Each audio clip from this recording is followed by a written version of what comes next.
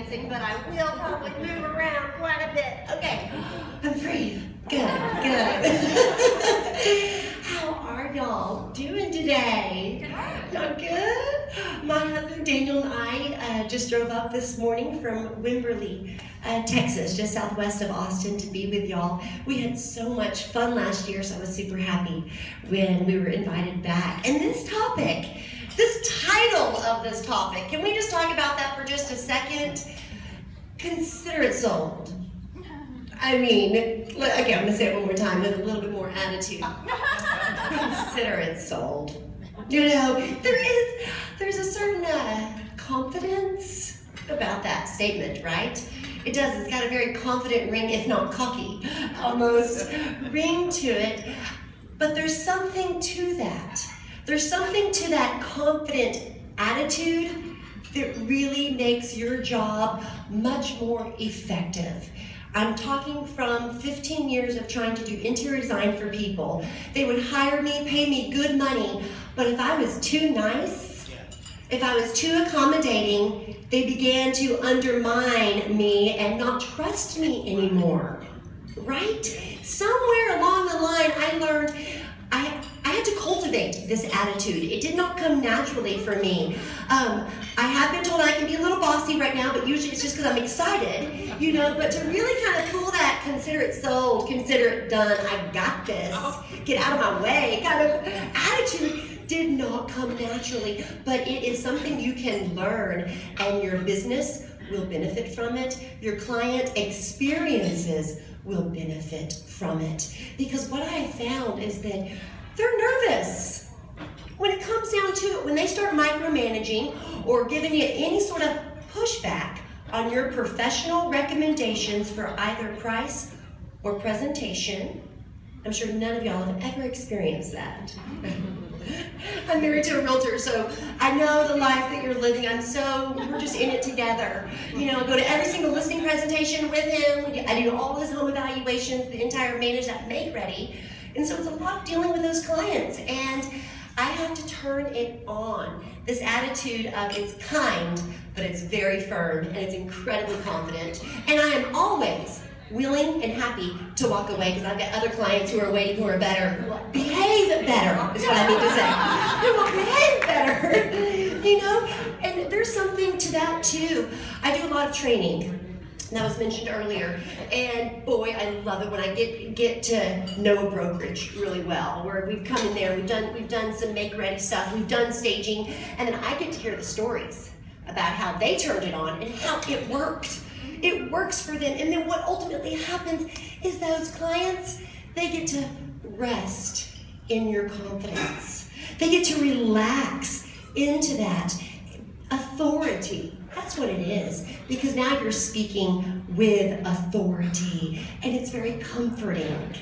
And now I'll let go of the reins. I'll actually just let go of the reins and let you do your job, which is to reduce those days on market and attract those quality offers by presenting a move-in ready and inviting place to live.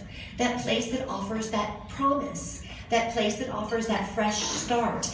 And you guys know how to do that. Although right now, I know we're having to educate our clients, aren't we? Because, we were talking to your broker, Nikki. Where's Nikki in the room? Leather jacket, saucy. Oh, she just got out? Okay. Golly, 40 years in the real estate industry. 40 years, and she's just as excited about it sounds like today, as she was when she began. And one of the things that we talked about was that it's because it always changes. You know, it's always evolving, it's alive, it's dynamic, and there's been a real change in the way that we have to manage our listings now. And that's one of the things I actually begin with all of my clients asking them. I ask them, when was the last time you sold a home? You know, because if it was anything beyond 5 years even, it was 5, 6, 7, 8 years ago, the environment, the climate has changed and the competition is much steeper. People need to stop watching so much dadgum HGTV, you know?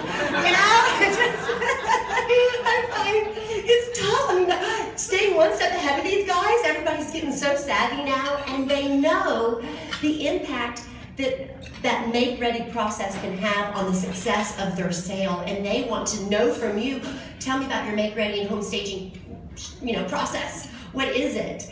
And so I want you guys to always feel confident, and speak from authority when it's time. Not that you have to know everything. I want you to be a top producer. You probably need to hire a stager, But a lot of these realtors do enjoy the hands-on side of things. Real quick, I'm really curious, because when I took my class to become accredited as a stager, it was here in Houston, and I was only one of 3 people. We were talking about this. Got another stager here. Got several stagers in the house. Stagers, if you're in here, will you raise your hand? Let us see you, because we need you. We love you. We appreciate you. The way you support us. Oh, seriously. But it's been interesting as the demand for an elevated level of presentation has begun to take action. We're in full-on action of it right now. So have the resources stepped up. The resources have really stepped up, and we'll unpack that a little bit more as we start talking. But first, I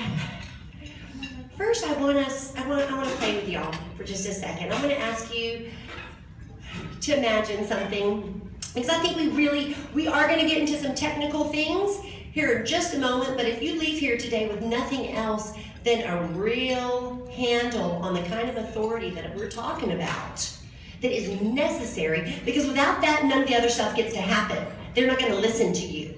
So we're gonna play a little game here, if y'all don't mind. I want you to think of someone that you know and you love and you trust. Someone you trust more than anybody else. I've got my sweetheart and some good friends, but for this example, I'm gonna use my mama. I love my mama. She took our kids to school this morning so that we could get here on time. Okay, does everybody have that person in their mind? Mm-hmm. Give me a mm-hmm. Mm-hmm. Okay, good. We love this person. We trust this person. Now, I want you to think of something that they do that they're an expert at. Something they are so good at. And I don't care if it's as random as, if it was Daniel, I'd be thinking about pottery. He's a master potter and a fisherman. And he's a pretty amazing volleyball player too. That's why I'm gonna use my mom. She's got this one thing she does so well. So I want you to think of what they do, that they do so well, okay? For me, my mama is about the best Southern style cook. I should call her a chef, that I've ever had the pleasure of sitting at the table and eating their food. She can cook a pork roast like nobody's business. She's got that Sunday lunch down to the end, down to the chocolate pie when she's done. So I'm gonna think of her and her cooking. Y'all got your person and your thing. So we know who they are and what they do. Now, what makes them an authority on this? Just for a moment, think about it. What, in your opinion, makes them an expert? Okay, and for me, I've had her food, right? And I've seen her host countless events, special events, just amazingly well. I'm going to take it one step further with her, though, and I'm going to go ahead and just call her a pro. Because what makes her a pro is that she does it and she makes it look easy. That's the sign of a true professional. She has got all of her methods and her resources down. She knows exactly where she's going to pick up her flowers. She's got the space set up in her crafting room where she makes all of her centerpieces. She knows, she's got her recipe. She even had her carpenter come over and custom build out this dining room area. She's got it down, and we walk into this massive display of amazing food, and it's easy for her. That's the sign of that pro. Now imagine for just a moment if I wanted to ask her, say I wanted to know how to cook her chocolate pie. I would love to bring that chocolate pie to a party. And Mama, tell me how to make it. Now, she won the award for the best chocolate pie last year at Wimberley's Pie Contest. So, just saying, she's a pro. And when she told me, she gives me the instructions, the recipe for making that pie, do y'all think for 1 second I would doubt her? Would I ask her if maybe I could leave out a couple of the ingredients and still get the same effect? No. I would absolutely follow her every word to the T, right? This is the kind of authority and ease, that confidence that needs to be felt from your clients. Because when you gain their confidence, that's when you gain their cooperation. You know? That's when you gain it. I'll tell you what, when he does those realtor tours in Wimberley and all the agents go and see everybody's houses, the #1 comment our houses get when they're occupied is they say to Daniel, how does she get them to do this? You know? Because it looks like they're living in a hotel. You know, it is so staged. Y'all know the look. And we get that. And he usually, what do you say to them? I'm putting you on the spot, but when they say, how does she do that? What do I say? She's a little pushy. Have you met my wife? Yeah, pushy, passionate verging on pushy. You know, I am convicted. I know it works when you work it, and that's the difference, and they feel that. That's right. Confidence is not something that you can fake a little bit of it, but it's felt, right? You feel that that person is competent, confident, comfortable, and convicted. And enough that if you don't want to do it their way, they're going to let you know, I'm not the realtor for you. Like, I don't want your bad business because it's going to be a liability in this market. We cannot compete this way, and I'm not willing to lower my brand's image when right now it is all about that image. So, and when you do, before you'll get to the front door, they'll ask you to come back in because they'll see how convicted you are, okay? So, we have got this thing called the staged look. You know, this is what we're trying to accomplish. It is so textbook, transitional, classic design.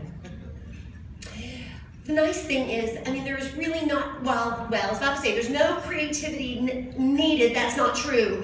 We are constantly